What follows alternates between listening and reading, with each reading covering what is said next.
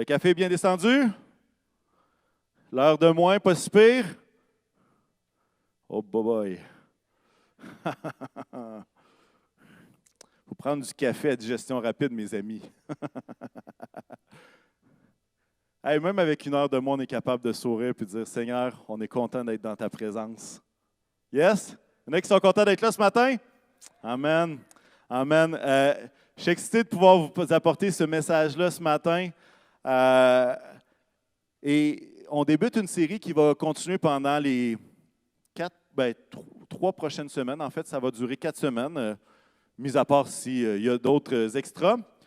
Mais la série s'appelle Vision, puis pas parce qu'on a eu une vision de nuit où on s'est fait réveiller puis il y avait un ciel ouvert, mais vision dans le sens que, comme équipe pastorale, on a réfléchi pas mal dans les dernières semaines, les derniers mois. Et pour ceux qui sont peut-être nouveaux avec nous, les dernières années ont été assez tumultueuses à l'Église. En fait, il y a eu le feu, il y a de ça, 5 ans? C'est ça, 5 ans? On ne voit plus les années passées, hein, ça va vite. Après ça, il y a eu plusieurs déménagements, il y a eu la construction. Ensuite de ça, il y a eu la COVID. Alors, tu sais, des fois, on s'imagine un bateau avec des grosses vagues. Là, ben, on avait l'impression qu'il y avait toujours vague après vague, que ça n'arrêtait pas. Et dans les derniers mois, on réfléchissait puis on se disait, hey, ça fait quelques années qu'à quelque part, on est en mode survie. Pas au niveau de notre foi, mais au niveau de tout ce qui se passe dans toutes les circonstances. Et il y a eu cette idée-là dans notre cœur que commence à être le temps de passer de la survie à la vie. Ou est-ce que, regardez, on ne peut pas demander aux Ukrainiens présentement de dire « Ah, c'est la vie partout ». Non, eux, ils sont en mode survie. Et il y aura un temps où est-ce qu'ils passeront en mode vie. Et il y a une transition entre les deux, on ne sait jamais combien de temps ça va prendre. Pour nous, ça a pris quand même quelques années. Et on se disait, OK, on passe du mode survie à vie. Qu'est-ce qu'on rêve pour l'Église? Où est-ce qu'on s'enligne? Puis à quelque part, peut-être que vous êtes assis, ceux qui sont à la maison, vous pourrez visualiser un petit peu, utiliser votre imagination. Mais pour ceux qui sont ici, on regarde ça après 5 ans, puis on regarde autour de nous, on regarde le bâtiment dans lequel on est. Puis on dit, wow, OK, prenez le temps, là. 30 pieds de haut à peu près. Il y en a haut à regarder. Et on regarde ce qui s'est fait dans les 5 dernières années, puis on dit, wow, OK. Incroyable que tout ça se soit passé en si peu de temps. Incroyable. Miracle incroyable qu'on ait même pu bâtir une église neuve dans la ville de Québec. J'aimerais vous dire que si quelqu'un cogne à la porte de la ville, dire « Hey, j'aimerais ça construire une église en plein milieu de nulle part, dans la ville de Québec », je vais vous dire, il est mieux d'être bien équipé parce que, honnêtement, ça ne passe pas facilement, ça. Mais quelque part, on peut regarder ça ici et dire « Hey, nous, on a fait le devoir accompli. » Puis je pense à des gens de la construction qui ont travaillé très, très fort et je ne minimise pas ce qu'ils ont fait. Mais ce que je veux dire, c'est qu'on se retrouve ici, pas avec le sentiment du devoir accompli, comme si on avait fini notre vie d'église, mais au contraire, on est en mesure de rêver à qu'est-ce qui va se passer ici. À quoi qui va servir le tapis? Est-ce qu'il va tellement être usé, tellement piétiné qu'il va finir par gondoler? On ne se le souhaite pas. Mais s'il n'est pas utilisé, il n'y a pas la chance de gondoler. Et si on regarde tous les murs, tous les locaux, on est capable de dire « Hey! » C'est avec la tête remplie de tout ce que Dieu peut faire dans chacun de ces locaux-là, dans chacun de ces ministères-là, dans chacune des pièces, des raccoins, les places où est-ce qu'on va jaser les uns les autres. C'est avec la tête remplie de ce rêve-là de qu'est-ce que Dieu peut accomplir ici qu'on se retrouve maintenant. Parce que tout le monde sait que l'Église peut être très belle, puis même ça à la maison, elle l'est. Eux autres ici, ils le voient déjà. Mais ça à la maison, je vous le dis, elle est belle l'Église. Mais on sait tous que, aussi belle puisse-t-elle être, une Église n'est rien sans la présence de l'amour du Père. Une Église n'est rien sans l'action du Saint-Esprit. Une Église n'est rien sans la bonne nouvelle en Jésus. Et l'Église n'est rien sans un fondement qui est solide, j'ai nommé la parole de Dieu. Je le répète parce que c'est super important. On peut être très fier du bâtiment et on a le droit de l'être. Mais tout ça, s'il n'y a pas la présence de l'amour du Père, s'il n'y a pas l'action du Saint-Esprit, s'il n'y a pas cette bonne nouvelle-là en Jésus et s'il n'y a pas le fondement solide de la parole de Dieu, c'est du gyps, c'est du tapis, c'est des coussins rembourrés. Je pense qu'aujourd'hui va être là. Il y a des gens qui vont remercier le Seigneur pour les coussins parce qu'ils ont moins bien dormi cette nuit, moins longtemps. À quelque part, ce que je veux dire, c'est que notre travail n'est pas terminé, hein, n'est-ce pas? Au niveau spirituel, il ne fait que commencer. Et à quelque part, dans les prochaines semaines, l'idée, c'est de voir où est-ce qu'on s'en va. Qu'est-ce qu'on voit pour le futur au Carrefour? Et je crois que ce matin est le bon point de départ et la raison pour laquelle une Église s'assemble, c'est pour l'aspect spirituel. Et j'aimerais nous présenter ce matin où est-ce qu'on s'enligne au niveau spirituel au Carrefour dans les prochaines années. Qu'est-ce qu'on veut bâtir? Là, vous dites, OK, ça va-tu être une présentation PowerPoint? Non, non, c'est sous la forme d'une prédication. Mais on aimerait vous présenter un peu où est-ce qu'on s'enligne. Alors, vous êtes prêts? Ça vous va? Je sais que vous êtes endormis, il n'y a pas de problème. En fait, c'est ça la beauté. Quand quelqu'un dort à côté de vous, vous pouvez lui asséner un 5 coups de Bible. Un coup de coude, c'est peut-être pas chrétien, mais un coup de Bible, ça réveille bien, je vous le garantis. Alors, si vous voyez quelqu'un qui s'endort, le but, c'est de le laisser dormir le plus possible pour le surprendre avec un bon coup de Bible direct sur la cuisse. Vous allez voir, ça fait son effet.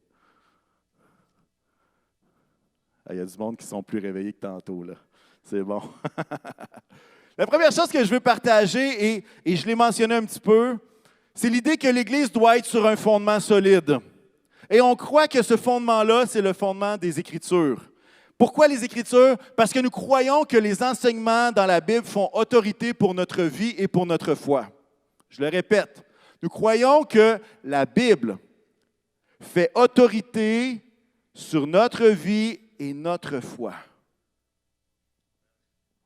Je pense avoir un plus grand amen que ça. Merci à la personne à la première rangée qui a supplié à la faiblesse de tous. Non, mais vraiment, on croit que le fondement, c'est la parole. Et à quelque part, on l'a vu tout à l'heure dans la formation de l'IBQ, l'idée d'approfondir la Bible, l'idée de creuser les Écritures, l'idée d'être constant, que nos actions ne soient pas juste basées sur des émotions, mais sur un fondement, sur des principes du royaume qui sont dans la parole de Dieu. Et ça se développe à travers les petits groupes, ça se développe à travers les enseignements, ça se développe à travers des formations comme IBQ, d'autres occasions également. Mais nous croyons que le connaître, lui, Jésus, Dieu, passe par l'Écriture. Parce que l'Écriture révèle le cœur de Dieu. Des gens qui ont parlé que la Bible est une lettre d'amour du Père pour ses enfants. Elle révèle le cœur du Père pour chacun d'entre nous. Et c'est pour ça qu'on est invité à la lire régulièrement, à y réfléchir, la méditer, la mâcher, la remâcher, la re-remâcher. Je s'excuse pour les gens à la maison qui ont la gastro, OK? Ça fait des mauvais souvenirs. Mais tu sais, comme une vache qui va ruminer, hein? Qui va mâcher, ça va retourner dans l'estomac par un mécanisme qu'on ne veut pas savoir. Ça revient pour que ça soit remâché à nouveau. Ça retourne dans l'estomac. Et par un mécanisme que je vous ai déjà expliqué, ça remonte en haut. L'idée que la parole, on la médite, on la réfléchit, on la rumine. Je m'excuse pour le terme. Y en a-t-il qui ont hâte de voir du gazon? OK. Yes, ça commence à coûter cher de gaz dans la souffleuse. L'Écriture révèle le cœur de Dieu. L'Écriture nous enseigne également les voies à suivre.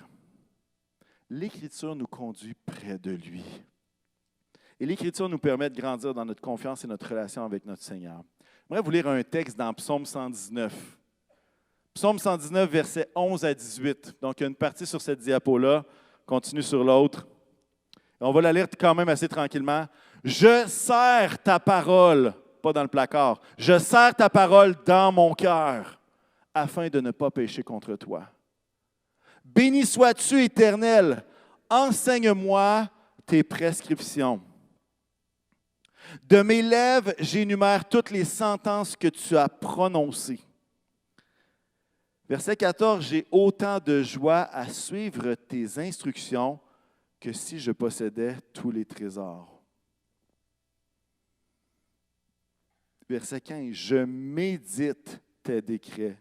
J'ai tes sentiers sous les yeux. Je fais mes délices de tes prescriptions. Je n'oublie pas ta parole. Fais du bien à ton serviteur pour que je vive et que je me conforme à ta parole. Ouvre mes yeux pour que je contemple les merveilles de ta loi. Ce dernier verset-là m'a particulièrement touché cette semaine. Ouvre mes yeux pour que je contemple les merveilles de ta loi. Et ça me ramène au fait que sans l'Esprit de Dieu, on peut lire un texte, qu'il soit dans la Bible ou pas, on a besoin de l'éclairage du Saint-Esprit. Seigneur, ouvre mes yeux pour que je la comprenne. Ouvre mes yeux pour que je l'applique. Ouvre mes yeux pour voir les trésors qui me passent droit en dessous des yeux. Ouvre mes yeux pour que je contemple les merveilles de ta loi. Et quand il réfléchit, en bon chrétien néo-testamentaire avec Jésus, David s'émerveille devant l'Ancien Testament, la Torah, le Pentateuque, les 5 premiers livres. Les autres après n'avaient pas encore eu lieu. Et il s'émerveille devant ces 5 livres-là qui sont les 5 livres de la loi. Et quand on regarde la loi, on se dit quoi? C'était l'ombre des choses à venir. Il y avait quelque chose d'encore plus parfait. Et on le voit à travers les évangiles, on le voit à travers le Nouveau Testament. Et là, on voit David qui s'émerveille, ouvre mes yeux, je fais les délices à travers tes instructions. Posséder ta parole, c'est posséder plus que tous les trésors. Et quand on y réfléchit, on se dit, hey, mais nous, on a la bonne nouvelle en Jésus, en plus de ces livres de la loi.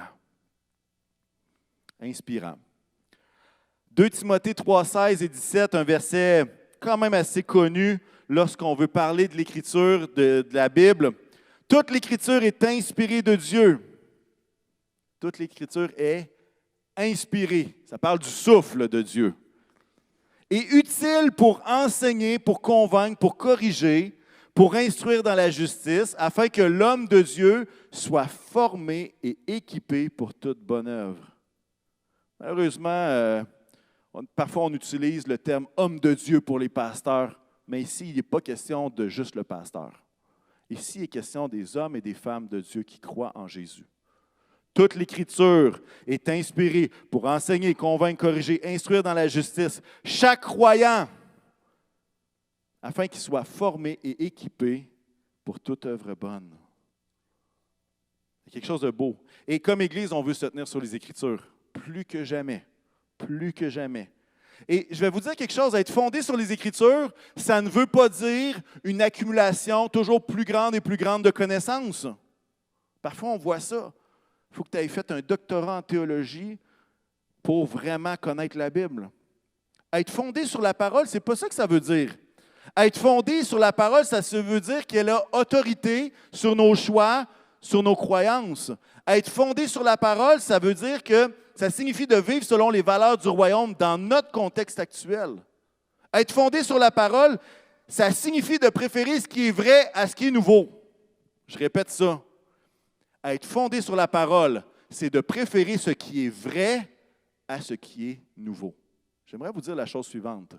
Si vous avez quelqu'un qui arrive avec un enseignement complètement nouveau, alors qu'il y a plus de 2000 ans à 3000 ans de gens qui ont étudié la Bible jour après jour, qui l'ont étudié bien plus que la personne qui est en train de dire quelque chose de nouveau, il se pourrait bien que ce soit un élastique qui se soit étiré et non pas la vérité des Écritures. Je referme la parenthèse, ça m'a fait plaisir. On préfère être fondé sur la parole, c'est préférer ce qui est vrai à ce qui est nouveau. Et finalement, être fondé sur la parole, ça signifie de la mettre en pratique avec l'aide, avec l'éclairage du Saint-Esprit. Vous savez, la Bible n'est pas inspirée parce qu'elle est inspirante. Je répète ça, la Bible n'est pas inspirée parce qu'elle est inspirante. La Bible est inspirée parce qu'elle vient directement de Dieu dans son intention, dans ses mots, dans ses enseignements. Jésus n'est pas une histoire de la Bible. Jésus est la raison pour laquelle il y a une Bible qui existe. Et quand on parlait du nom de Jésus, il y a quelque chose de très profond là-dedans. Jésus n'est pas une histoire comme une autre de la Bible. Jésus est la raison pour laquelle il y a une Bible qui existe. Parce que tout tourne autour de Jésus.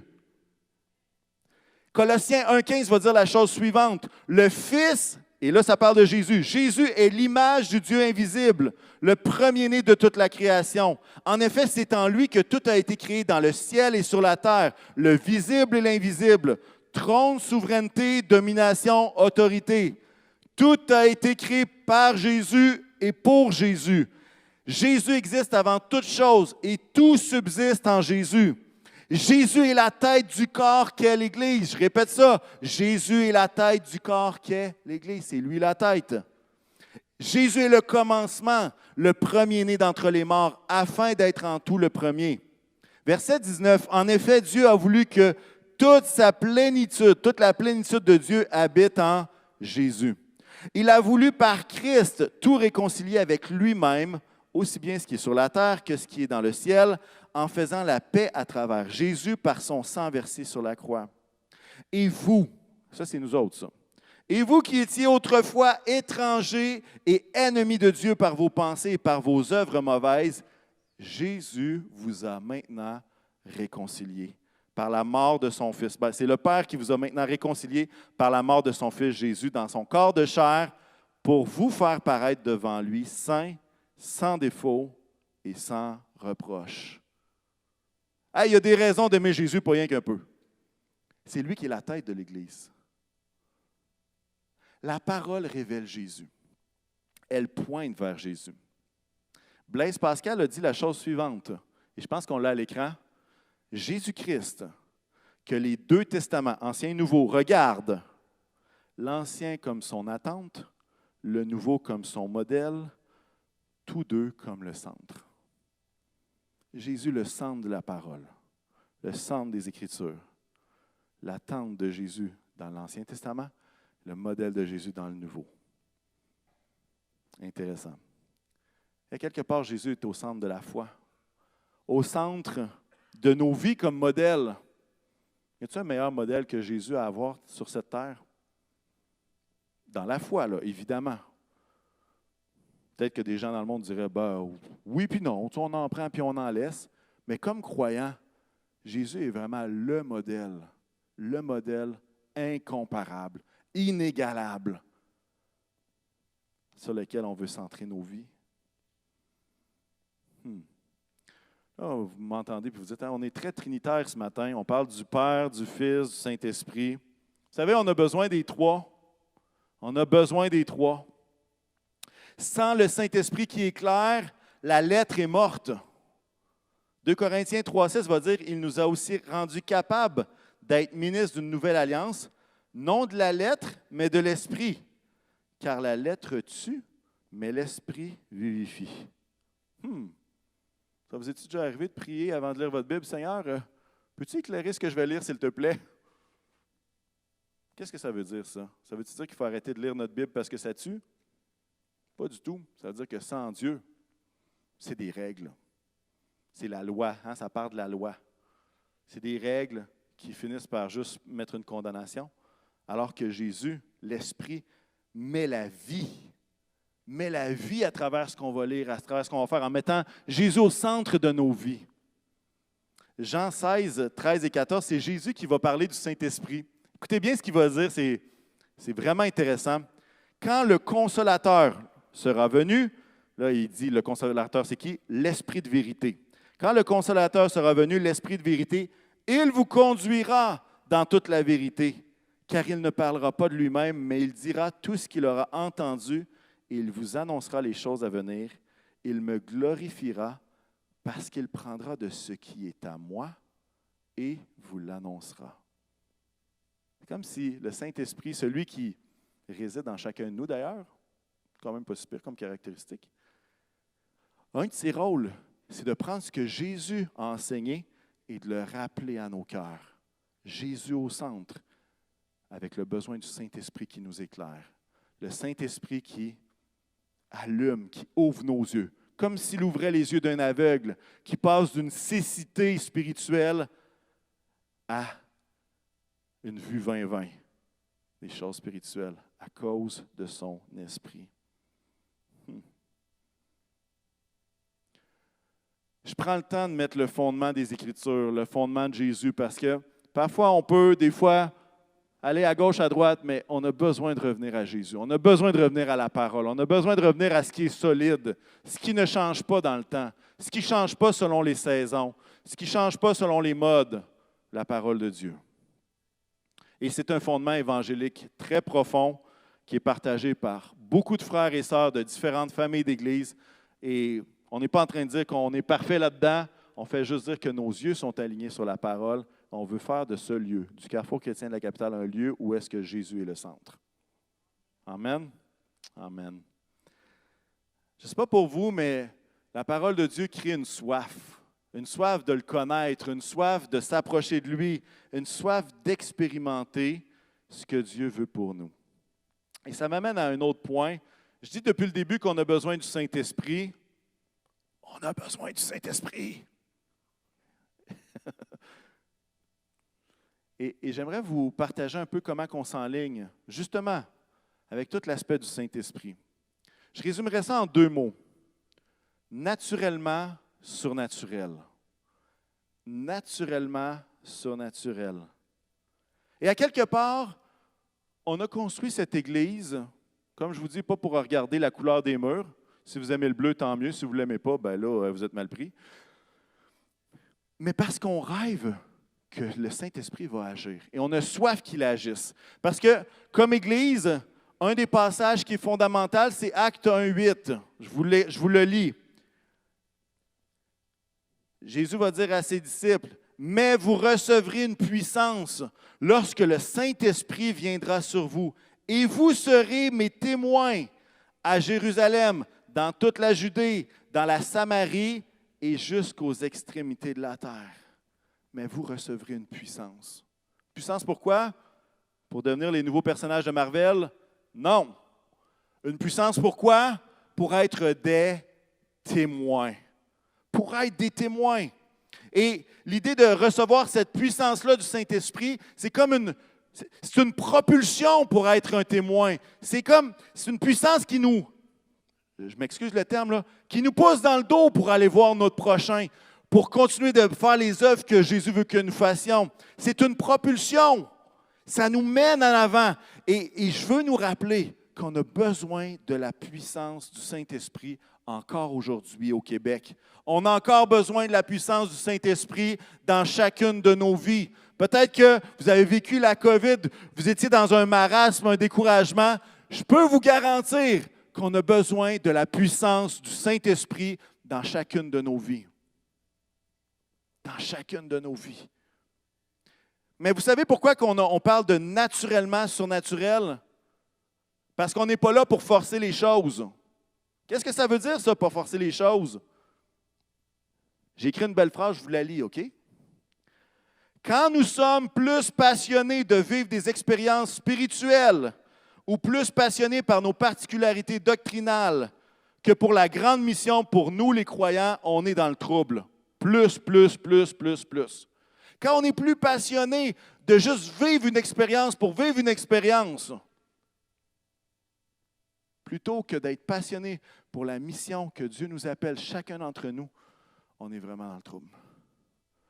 On est vraiment dans le trouble. Alors l'idée d'être rempli du Saint-Esprit, l'idée d'avoir besoin de cette puissance-là, elle est tournée vers les autres. Elle est tournée vers notre mission d'être des témoins. Et parfois, puis même à travers notre histoire, parfois on essaie de forcer la main de Dieu. On essaie de forcer les choses. Naturellement, surnaturel, qu'est-ce que ça veut dire?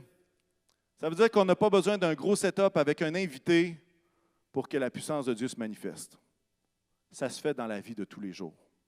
Ça se fait dans la vie de tous les jours. L'idée d'aspirer aux dons spirituels, Il y a une profonde insatisfaction en moi quand les dons spirituels sont limités au dimanche matin entre 9h45 et 10h30. Franchement, c'est malaisant. Vous savez pourquoi? Parce que le Saint-Esprit ne prend pas de vacances. Mais c'est comme si notre foi est limitée à ce que ça se manifeste uniquement dans le cadre d'une réunion d'Église. Alors que, naturellement, surnaturel, c'est d'être capable de croire que la puissance du Saint-Esprit, elle n'est pas que dans l'Église, mais elle est également avec toi quand tu sors. Quand il y a un de tes collègues qui est malade. Quand il y a un ami qui t'appelle en pleurs parce qu'il y a une situation qui n'a pas de bon sens. Quand quelqu'un autour de toi est confus, ne sait pas où se diriger. Puis tu ne le sais pas toi non plus. Et tu t'appuies sur la puissance du Saint-Esprit pour amener une parole de connaissance, parole de sagesse. Les dons spirituels, ça se passe dans les petits groupes, ça se passe dans la louange, ça peut se passer dans nos réunions, on n'est pas fermé à ça du tout. Ça se passe dans la prière, ça se passe dans la rue, ça se passe dans nos familles, ça se passe dans nos relations les uns avec les autres. Et ça, c'est quelque chose qu'on veut mettre de l'emphase. Pourquoi? Parce qu'on rêve, on rêve à une Église naturellement surnaturelle. Je vais même corriger ce que je viens de dire. Pas parce que j'ai dit quelque chose de faux, mais je veux juste définir ce que ça veut dire Église. Église, ça ne veut pas dire ici, ça veut dire chaque personne qui la compose. On rêve d'une Église qui marche naturellement, surnaturelle. Et on réfléchissait à ça à l'équipe pastorale et on se disait, on va être engagé pleinement à rechercher ce que Dieu veut aujourd'hui par son Saint-Esprit et ne pas se laisser prendre par le piège de la nostalgie. Qu'est-ce que ça veut dire, ça? Ça veut dire que plutôt qu'essayer de forcer Dieu à faire ce qu'il a fait dans le passé, on est engagé à dire, Seigneur, que veux-tu faire aujourd'hui? Et si ce n'est pas comme dans le passé, c'est toi qui décides, c'est toi le boss, pas nous autres. Parfois, on a vécu des super expériences dans le passé. Et nos prières sont limitées à « Seigneur, je veux te tordre un bras pour que tu fasses ce que tu as fait telle année dans ma vie. » Il y a des prières que Dieu ne peut répondre. Vous saviez ça? La prière pourrait plutôt être « Seigneur, qu'est-ce que tu veux faire de nouveau par ton esprit dans ma vie aujourd'hui? » Et c'est lui qui décide. Est-ce que vous comprenez ce que j'essaie de dire? On veut continuer de prier, de développer la prière avec courage, foi. On sait que Dieu exauce la prière. Et on veut se tenir dans une ferveur spirituelle. Naturellement, surnaturel, ça veut dire qu'on veut que chacun d'entre nous soit rempli du Saint-Esprit. Pourquoi? Pour la mission qui est devant nous. Comme équipe, depuis le début, et on essaie de le partager aussi imparfaitement soit-il, mais on croit que cette Église a un rôle à jouer pour des âmes à sauver dans la ville de Québec. On le croit. Et on croit que la grosseur du bâtiment est un signe que Dieu veut attirer plus qu'une personne à lui à travers ces lieux, à travers le regroupement que nous sommes, à travers chaque membre, chaque frère, chaque sœur de l'Assemblée. Et on croit que cette puissance-là nous propulse vers notre prochain, nous propulse vers ceux qui ne le connaissent pas. Qu'est-ce que je veux dire aussi? Tu sais, l'idée d'être rempli du Saint-Esprit, parler en d'autres langues. Naturellement, surnaturel, ça veut dire quoi? Ça veut dire qu'on ne croit pas que ça arrive juste parce qu'on fait un appel, parce qu'il y a un invité qui va poser sa main sur toi, puis que là, tout d'un coup, ça va être la formule magique. À travers les dernières années, j'ai vu des gens être remplis du Saint-Esprit pendant qu'on priait. J'ai vu des gens qui ont été remplis du Saint-Esprit dans leur douche. D'autres qui se sont fait réveiller la nuit ont été remplis du Saint-Esprit dans leurs rêves. D'autres à leur travail. Ils étaient en train de travailler, puis l'Esprit de Dieu est tombé sur eux. D'autres, c'était pendant la louange. Ça, c'est mon cas. J'étais en train de chanter. Ça s'est passé là. D'autres, c'est pendant un appel à l'autel. Et vous savez quoi? Il y a de l'espace en avant, puis c'est pas pour rien. Est-ce que vous saviez que la construction de l'auditorium a été faite en fonction des appels à l'autel? Je vous explique. S'il n'y a pas 2 escaliers sur les côtés, de chaque côté, les appels à l'hôtel, ça ne marche pas. Imaginez, vous êtes dans la mezzanine en haut. Vous êtes là? Hein, il y a du monde qui sont là. On fait un appel. Il faut que vous sortiez, vous passez dans le corridor des enfants, vous descendez 2 paliers, vous faites une marche d'à peu près, je ne sais pas moi, 40 mètres, 30 mètres. Vous revenez dans l'auditorium. Oubliez ça. L'auditorium a été pensé même pour ça. Là, vous dites, ah ouais. Il y a bien des détails qui ont été pensés. On aurait aimé penser encore plus que ça. Mais je pense qu'on a fait quand même un bon tour, mais quand même. Pourquoi est-ce qu'on veut passer des temps à l'appel? Parce qu'on croit que lorsqu'on s'approche, lorsqu'on fait un pas vers Dieu, il y a des belles choses qui se passent entre nous et notre Papa dans le ciel. Est-ce que c'est une formule magique? Tu t'avances en avant, plus 3 de bénédiction, plus 4 de puissance. Puis là, ton personnage augmente, tu deviens level 3. Non, non. C'est pas ça. Mais c'est que lorsqu'on s'avance, on est tout seul avec notre Papa. J'aimerais vous dire ce qui a façonné ma vie spirituelle. J'étais un ado, j'avais 14 ans, 15 ans. Puis là, Francis, il est tanné de l'entendre parce qu'il était là avec moi. Une autre église. Et moi, ma réunion préférée dans la semaine, c'était le mercredi soir. Parce qu'il y avait une étude biblique, j'étais là, mais au final, l'étude biblique, c'était correct. Mais je savais qu'à la fin de chacun des messages de l'étude biblique, il allait avoir un appel. Fait que peu importe le sujet, moi, j'étais là. J'ai pleuré comme une madeleine dans la présence de Dieu. Et savez-vous quoi? Il n'y avait pas d'invité qui venait prier pour moi. Même souvent, le pasteur ne venait même pas prier pour moi. C'était moi puis Dieu. Moi puis Dieu, that's it. Puis Dieu faisait ce qu'il voulait. Des fois, il ne faisait pas toujours ce que moi je voulais, mais il façonnait mon cœur. Alors, je voulais juste vous dire que l'auditorium a été pensé en fonction de ça. Hein? Vous avez appris quelque chose aujourd'hui? N'est-ce pas merveilleux? N'est-ce pas merveilleux? Il y en a qui aiment ça. Je te mets au défi, tantôt je fais un appel, Yvan, il faut que tu t'avances. Être naturellement surnaturel, ça implique aussi d'aimer de façon surnaturelle ceux qu'on n'aimerait pas de façon naturelle. Là, il y a des visages qui défilent dans votre tête. Aimer surnaturellement ceux qu'on n'aimerait pas naturellement. Et pour ceux qui ont entendu le message la semaine dernière de Marie-France, je pense qu'elle en a fait un bel exposé. Naturellement surnaturel. Marc 16, versets 17 et 18 va dire la chose suivante. Voici les signes qui accompagneront ceux qui auront cru. En mon nom, ils pourront chasser des démons, parler de nouvelles langues, attraper des serpents, et s'ils boivent un breuvage mortel, celui-ci ne leur fera aucun mal. Ils poseront les mains sur les malades et ceux-ci seront guéris. J'aimerais qu'on puisse laisser le passage en ligne. Peut-être, je ne sais pas si on est capable de faire un peu des deux. Je te laisse gérer ça, Zach. Mais ici, si on regarde le passage, il n'est pas question de forcer les choses. Mais c'est des signes qui accompagnent, qui vont suivre ceux qui auront cru. Alors, quand je vous parlais tout à l'heure que forcer les choses, ça ne marche pas, bien, je vais vous donner un exemple très concret à partir de ce verset-là. Est-ce que tu dois aller attraper des serpents à l'animalerie les plus venimeux possibles parce que tu es chrétien? Ben non! Est-ce que tu dois manger un Tide Pod parce que tu te dis que si tu prenais quelque chose de mortel, ça n'allait pas te faire effet sur toi? Non! Est-ce que tu dois répéter après quelqu'un qui parle en langue pour recevoir la puissance du Saint-Esprit? Non! Est-ce que tu dois courir après tous les malades dans le bottin téléphonique pour pouvoir prier pour chacun d'eux? Non!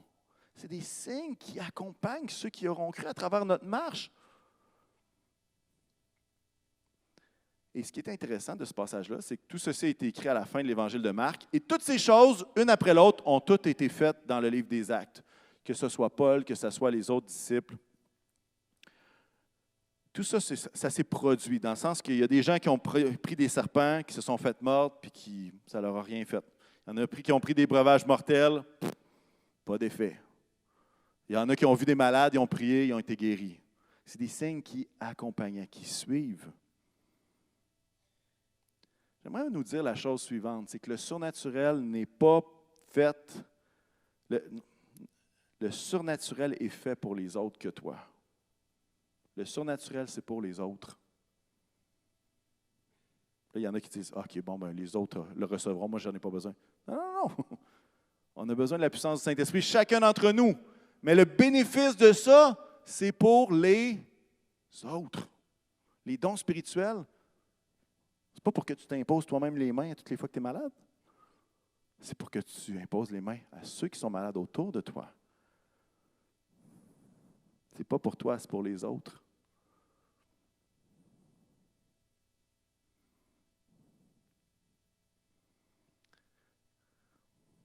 Je vous sens bien silencieux, mais c'est pas grave. On a soif de voir le Saint-Esprit agir. Mais croyez-moi, ce n'est pas nous autres qui allons tordre un bras au Saint-Esprit pour vivre les choses qu'on a déjà vécues dans le passé. On veut laisser Dieu agir et on veut être disponible pour l'œuvre de Dieu dans notre ville, dans notre Église. Parfois, on est tellement occupé à rechercher la puissance de Dieu, la puissance du Saint-Esprit, qu'on oublie qu'il y a aussi des fruits de l'Esprit qui sont intéressants à développer.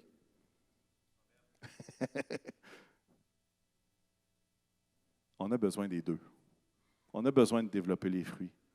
Puis c'est pour ça que lorsqu'on prêche, on ne prêche pas toujours sur le baptême dans le Saint-Esprit. Pourquoi?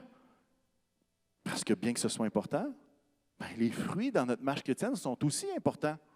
Tout ça fait partie d'un ensemble que le Saint-Esprit veut agir dans chacune de nos vies. Je ferme la parenthèse du naturellement surnaturel, mais je pense que c'est important qu'on comprenne où est-ce qu'on s'enligne par rapport à tout ça. Je change de sujet, mais on n'est pas trop loin. Vous savez qu'il y a un danger qui guette chacun des croyants. Que vous soyez jeune croyant, un vieux croyant, un médium croyant, peu importe. Le danger, c'est d'arrêter de rêver. C'est d'arrêter de grandir. C'est de dire, hey, je ne suis plus capable de persévérer. Je vais arrêter de persévérer. Arrêter d'avoir soif de lui. Arrêter d'espérer. Et je vous pose la question très honnête. Est-ce que la COVID a impacté, a influencé votre capacité à rêver? Est-ce que la COVID a impacté votre capacité à espérer? Est-ce que la COVID et tous ses effets, ses soubresauts, en tout cas, tout ce paquet d'affaires-là, est-ce que ça l'a affecté votre soif de Dieu? Je vous laisse réfléchir. La question, c'est de dire, est-ce qu'on rêve encore avec Dieu au niveau spirituel? Est-ce qu'on rêve avec Dieu? Est-ce qu'on est encore passionné de voir des âmes venir au Seigneur? Est-ce qu'on est encore passionné de voir des fruits, l'œuvre du Saint-Esprit dans notre Église? Est-ce qu'on est encore passionné? Est-ce qu'on rêve encore d'une vie spirituelle ou est-ce qu'on est proche de Dieu? Est-ce que notre capacité à rêver est passée dans le tordeur? Comment on sait qu'on a arrêté de rêver avec Dieu? Bien, d'un, on a de la difficulté à croire que Dieu voudrait encore agir de façon puissante dans notre assemblée. Ça, c'est une façon de savoir qu'on a peut-être arrêté de rêver. Et une autre façon qu'on peut détecter qu'on a arrêté de rêver, c'est que notre souhait le plus cher, c'est de ne pas avoir de problème. Ça, qu'on est là, c'est qu'on a arrêté de rêver. Quand notre rêve, c'est juste qu'il n'y ait pas de problème. Puis je vais vous donner un petit secret, là. Comme équipe pastorale, on commençait à rêver que ça arrête les contraintes puis les vagues. On espérait arrêter d'avoir des problèmes. Mais à quelque part, on a compris qu'il faut arrêter d'être en mode survie. Il faut passer en mode vie. Rêver avec Dieu. Et moi, je veux nous encourager ce matin à rêver avec Dieu. À rêver avec Dieu. Peut-être que ça va vous choquer un peu, mais je veux qu'on rêve avec Dieu. Je vous donne un exemple de rêve avec Dieu. Je vais le paraphraser. Si vous voulez lire l'histoire, c'est excellent, c'est de toute beauté. Ça se retrouve dans 2 Samuel 7. Vous voulez lire ça cette semaine, vous priez que le Saint-Esprit vous éclaire, puis vous lisez 2 Samuel 7. Mais c'est l'histoire que David s'installe dans son nouveau palais. Il a fait la guerre, ça a marché. Il a étendu le territoire. Et là, suite à ça, il y a un palais qui est construit. Et David s'assoit quand le palais est terminé, Et tout d'un coup, il dit, ça n'a pas de bon sens. Je suis assis dans un palais, puis la tente de l'Alliance, pas la tente, mais l'arche de l'Alliance est pognée en dessous d'une tente. Moi, je suis dans une grosse maison luxueuse, puis l'arche de l'Alliance est en dessous d'une tente. Ça n'a pas de bon sens. Il dit, ça n'a pas d'allure. Et il se met à rêver. Il dit, hey, on pourrait construire un temple pour Dieu. Hey, on pourrait avoir cette espèce d'arche de l'Alliance-là dans une maison qui appartiendra à l'Éternel. Et il se met à rêver. Et la belle chose, c'est qu'il ne fait pas juste rêver, il commence à prier, et puis il en parle au prophète Nathan. Et Nathan, il dit, hey, c'est une bonne idée. Dieu est avec toi là-dedans. David est content. Le lendemain, Nathan dit, oui, petit détail, petite note en bas du contrat, c'est pas toi qui vas le construire, ça va être ton fils. Qu'est-ce qui s'est passé? David rêvait que ce temple-là puisse prendre place. Parce que pour lui, ce n'était pas un temple juste pour dire « Je veux que la maison de l'Éternel soit 3 pieds carrés plus grosse que la mienne. » Mais il voulait le faire pour la gloire de Dieu. C'était sa motivation. Ce n'était pas juste une question de « On va faire rayonner le temple de l'Éternel à travers les nations. » Non! C'était pour la gloire de Dieu. C'est la même chose ici. Hein? On n'a pas construit ça pour se péter bretelles. On a construit ça pour que la gloire de Dieu soit ici. On l'a construit pour la gloire de Dieu, pas pour notre gloire personnelle. Et là, ce qui se passe, c'est qu'il y a le go de Dieu. Ah, je m'excuse du jeu de mots. OK? Et puis là, ce qu'il va faire, c'est qu'il va utiliser tout son temps, son énergie à ramasser tous les matériaux possibles pour que son fils puisse le construire. Vous savez, c'est là qu'a été inventé IKEA. David a ramassé tout le stock. Il a mis ça dans un top, il a dit, ça c'est le plan, ça c'est le stock, organise-toi avec ça. Et c'est Salomon qui a construit tout. Salomon. Je ne sais pas si c'est lui, mais en tout cas, les ouvriers qui étaient autour de lui. Mais David s'est mis à rêver. Rêver avec Dieu. Rêver avec Dieu. Qu'est-ce qui pourrait nous empêcher de rêver avec Dieu aujourd'hui? Peut-être qu'on ne se sent pas capable, on ne se sent pas assez ci, assez ça, pas assez spirituel. Peut-être que c'est les expériences du passé qu'on a rêvé avec Dieu, puis il y a quelqu'un qui a pété notre ballon, là. Une aiguille sur une ballonne, pouf! Ça a créé toutes sortes de blessures. Peut-être qu'il y en a qui veulent juste que tout reste pareil, ne veulent pas rêver. Peut-être qu'on est trop occupé, hein? Nos vies roulent à 130 000 à l'heure, on n'a pas le temps de rêver. Peut-être qu'on ne veut pas être déçu, fait qu'on n'ose pas rêver. Ah, je ne veux pas me faire d'attendre, comme ça je ne suis pas déçu. Ça ne fait pas des grands rêveurs, ça. Hein? Il y en a qui vont dire, « Ah, c'est les autres qui doivent rêver, pas moi. » J'aimerais vous dire une chose. Quelle tristesse que ce soit un pasteur qui doive rêver pour 400 personnes. Profondément triste. Je m'excuse de le dire comme ça, là. Mais je l'ai dit comme ça pareil. Quelle tristesse. Quand on dit, « Ah, c'est les autres qu'il faut qu'ils rêvent. Pas ma job. C'est pas à moi de faire ça. Les autres sont meilleurs que moi. » Mais j'aimerais te dire ce matin, que l'amour et la grâce de Dieu ne dépendent pas de tes performances, mais que Jésus est le meilleur pour reconstruire nos vies, pour reconstruire nos blessures, pour nous faire rêver avec lui. Dieu regarde beaucoup plus à ta disponibilité à le servir qu'à ta perfection. Dieu regarde beaucoup plus à ta disponibilité qu'à ta perfection ou à ton niveau de chrétien ninja 3, 4 ou 6. Pourquoi je dis ça? Jacob était un menteur, il était dans la tromperie manipulateur. Noé était saoul, Jonas a fui, Paul était un persécuteur.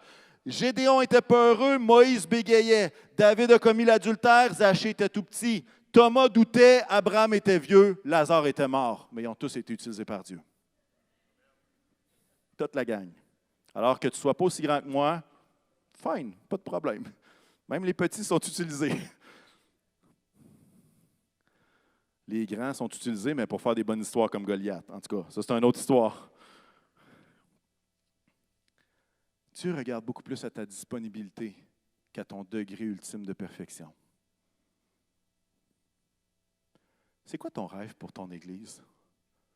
C'est quoi ton rêve pour la Ville de Québec? C'est quoi ton rêve pour les proches? Puis quand je parle de rêve, je ne parle pas d'une ambition, genre que tout le monde soit riche, là. C'est quoi le rêve que Dieu a déposé dans ton cœur pour les autres, pour ton Église? C'est quoi le rêve que Dieu a déposé? Je vais vous donner des exemples, OK? Je m'excuse, je m'anime dans ce temps-là. C'est quelque chose qui me passionne. Un de vos rêves, ça peut être de voir une tonne de nouvelles naissances dans votre Église. Il y en a d'autres, ça va être que le Carrefour puisse rayonner, ait une influence dans la région de Québec. Il y en a d'autres que ça va être leur rêve, ça va être que ce lieu soit une bénédiction pour notre communauté. Un lieu où est-ce qu'on va bénir ceux qui ne le connaissent pas. D'autres vont rêver de voir des baptêmes d'eau par-dessus baptêmes d'eau. D'autres, leur rêve que Dieu a placé en eux, c'est de voir des consécrations de bébés, assez qu'il n'y ait plus d'espace sur le stage pour avoir toutes les consécrations qu'on fera. Il y en a d'autres que c'est de voir les enfants qui se tournent vers Jésus. Il y en a d'autres que c'est des familles qui voient et ils rêvent de voir des familles se réconcilier en Dieu. Il y en a d'autres qui rêvent que les gens soient remplis du Saint-Esprit, d'autres que la vie soit complètement transformée, d'autres que les gens soient guéris de leur maladie par la puissance de Dieu. Il y en a d'autres qui rêvent que les croyants soient des modèles d'intégrité, sanctifiés. Il y en a d'autres qui rêvent qu'il y ait des louanges qui touchent le cœur de Dieu, des louanges qui amènent les gens à toucher le cœur de Dieu. Il y en a d'autres qui rêvent que des aînés, les seniors vivent pleinement pour Dieu, soient des mentors pour la prochaine génération. Il y en a d'autres qui rêvent que des ados prennent des décisions sages et s'attachent à Dieu dès le début de leur adolescence. Il y en a d'autres qui prient, puis leur rêve, c'est de voir des intercesseurs se lever. On avait une nuit de prière vendredi soir passé de 22h30 à 1h du matin. Il y en a qui rêvent que c'est ça qui se passe. Il y en a d'autres qui rêvent qu'ici, ça soit un lieu où est-ce qu'on se pardonne les uns les autres. Il y en a d'autres qui rêvent qu'on puisse former des missionnaires qui vont aller aux quatre coins du monde pour faire de toutes les nations des disciples. Il y en a d'autres qui rêvent que les gens puissent vivre selon leur don, leur appel, qu'ils puissent exercer leur don dans l'Église et autour d'eux. Il y en a qui rêvent à une armée de disciples qui se lèvent pour Jésus. Il y en a d'autres qui rêvent que ce soit un lieu où est-ce qu'il y a des pasteurs qui soient formés pour implanter des églises au Québec, qui prennent la charge d'église au Québec. C'est quoi ton rêve? Il y a des possibilités sous le soleil, hein? C'est quoi ton rêve? Puis parfois, dans notre tête, on se dit, c'est quel rêve qui est le plus important? Fait que là, il y a des chicanes. Là, celui qui rêve qu'il y ait des louanges qui touchent le cœur de Dieu, ben là, il dit, on peut-tu arrêter là, juste de faire de l'évangélisation? On peut-tu faire d'autres choses que ça? Puis là, l'évangélisation, on va dire quoi? On peut-tu arrêter là, de juste penser aux familles? Puis là, les gens qui pensent juste aux familles vont dire, on peut-tu prier pour la réconciliation entre les peuples? Puis ceux qui pensent à la réconciliation entre les peuples, ils sont tannants avec leurs louanges. Et ainsi de suite. Et là, il y a des guéguerres parce qu'on dit, là, mon ministère est plus gros que les autres, mon ministère est plus important. Mais j'aimerais vous dire que toutes ces choses-là se retrouvent dans un seul verset, Matthieu 28. Jésus s'approcha et dit à ses disciples, « Tout pouvoir m'a été donné dans le ciel et sur la terre. Allez donc, faites de toutes les nations des disciples, baptisez-les au nom du Père, du Fils et du Saint-Esprit, enseignez-leur à mettre en pratique tout ce que je vous ai prescrit, et moi, je suis avec vous tous les jours jusqu'à la fin du monde. » Toutes ces choses-là qu'on peut rêver. Tu dis, comment quelqu'un peut rêver pour tout ça? C'est impossible. Mais tout ça est résumé dans ce passage-là. Le lieu de réconciliation, il est là-dedans. Les enfants sont là-dedans. Les aînés sont là-dedans aussi. Toute la gang. Les louanges que les gens touchent le cœur de Dieu, c'est là-dedans aussi. Les intercesseurs, c'est là-dedans aussi. Pourquoi? Parce que notre rôle, c'est de faire de toutes les nations des disciples. Enseignez-leur. Baptisez-les. Mettre en pratique ce que je vous ai prescrit. C'est quoi ton rêve? C'est quoi le tien? Qu'est-ce qui te fait mal quand tu regardes autour de toi? Comme équipe pastorale, notre rôle, c'est oui d'apporter une vision de où est-ce qu'on s'en va. Mais vous savez quoi? On est là aussi pour aider, former chacun d'entre nous à faire ça. Désolé, le verset n'était plus là, mais on peut le remettre. Faire ça. À faire ça. Comment tu le fais? Dieu a placé un rêve dans le cœur de chacun de nous. Bien malin celui qui croit avoir tous ces rêves-là en une seule personne. Ça ne marche pas, ça. C'est impossible. Et c'est pour ça la grande tristesse que lorsque c'est le pasteur qu'il faut qu'il fasse tout ça, oubliez ça. Ça ne marche pas du tout. c'est juste une tristesse puis un fardeau épouvantable. On a besoin des gens qui sont passionnés de chacune des choses que j'ai énumérées tout à l'heure. J'ai invité les musiciens à venir me rejoindre à ce moment-ci. J'aimerais vous dire la chose suivante.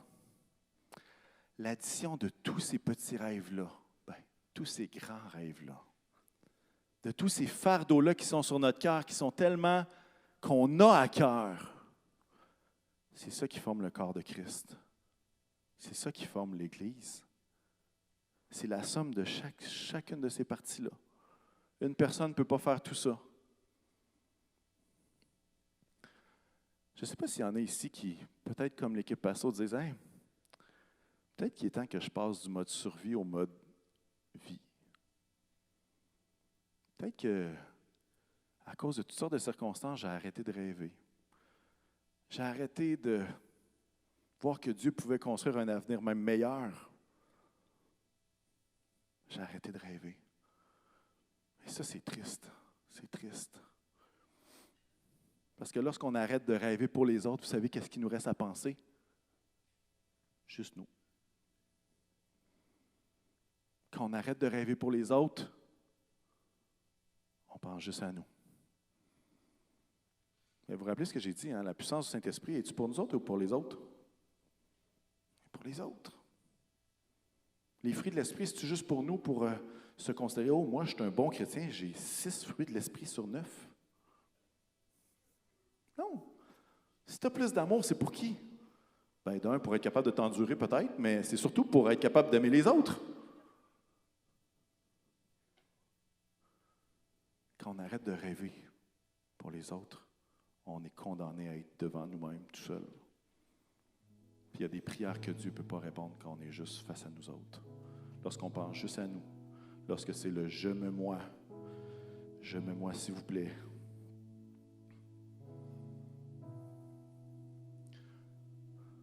À travers les prochains mois, les prochaines années, des choses qui sont fondamentales pour nous, c'est le fondement des Écritures. C'est de s'appuyer sur la parole, d'être capable de comprendre les principes du royaume pour être capable de les appliquer en temps de COVID ou en temps de je ne sais pas quoi. On ne sait pas ce que l'avenir nous réserve. Être capable d'appliquer ça dans notre vie. On ne veut pas le faire tout seul. On veut le faire avec le Saint-Esprit qui éclaire toutes choses. Le Saint-Esprit qui est un consolateur, qui est celui qui nous revêt de puissance pour accomplir cette grande mission de Matthieu 28 qu'on a lu tout à l'heure.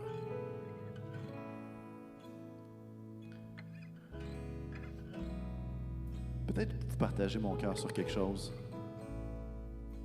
Les moments où est-ce que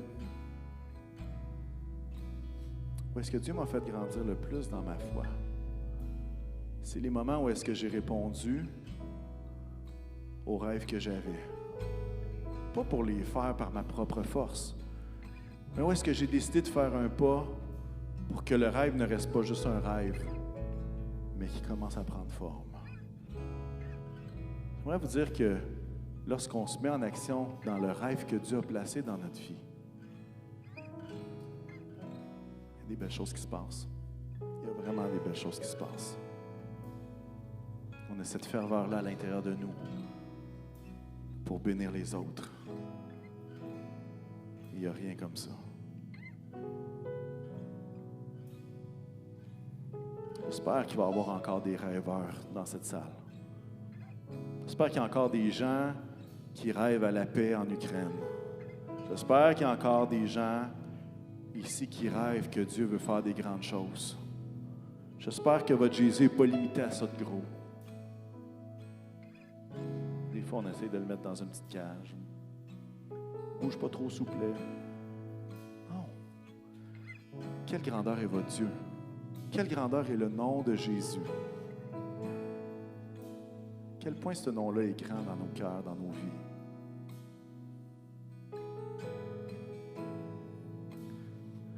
J'aimerais pouvoir mettre en pratique ce message-là. Je ne vois pas d'autre moyen que de faire un appel. Le premier appel, c'est, puis ça à la maison, ça s'adresse à vous aussi. Peut-être que vous dites, moi j'ai arrêté de rêver. Peut-être même, j'ai jamais rêvé avec Dieu. Parce que je ne le connais pas. Tu parles du nom de Jésus, tu parles des Écritures, puis je ne comprends pas. Mais peut-être que ce matin, tu veux donner ton cœur à Jésus. Tu veux dire, hey, je veux que ce nom qui est au-dessus de tout nom règne sur ma vie. Et si c'est toi, que tu sois à la maison, que tu sois ici, je veux qu'on prie ensemble. Sinon, je veux inviter ceux qui veulent embarquer dans ce projet spirituel, de vivre naturellement surnaturel, de vivre en étant fondé sur les Écritures, à se lever puis à venir louer en avant. Est-ce qu'il va y avoir une grande... on n'a pas d'invité des États-Unis qui va venir prier pour vous autres, puis vous savez quoi, c'est pas nécessaire. Mais j'aimerais qu'on puisse chanter un chant ensemble, alors que chacun de nous, on va se lever ce matin. On va chanter le chant « Oui, je crois ». Ça, c'est le credo. Le credo, c'est quoi? C'est une déclaration de foi basée sur les Écritures. Et moi, ce que je veux faire, c'est que pendant qu'on va chanter ça ensemble, je vais demander à Pasteur Paul, je ne sais pas si Simplice est là ou il est avec les ados. Christine, si elle est là aussi. Mais on va juste prier. On va prier, rempli du Saint-Esprit. Est-ce qu'on peut faire ça ensemble? J'invite à vous approcher. Hey, en haut, utilisez les marches, s'il vous plaît. Ça a été construit pour ça. Soyez pas gênés. Vous n'êtes pas obligés, mais ça nous ferait plaisir de voir ces marches-là être utilisées. On va prier, puis ensuite de ça, je laisse l'équipe nous conduire. Seigneur Jésus, nous voulons te remercier parce que tu es celui qui donne les rêves. Et je veux te prier pour une génération de croyants, ceux qui auront vu de leurs yeux la construction de ce bâtiment. Je veux te prier, Seigneur, pour une génération qui rêve par le Saint-Esprit de voir des grandes choses se produire ici.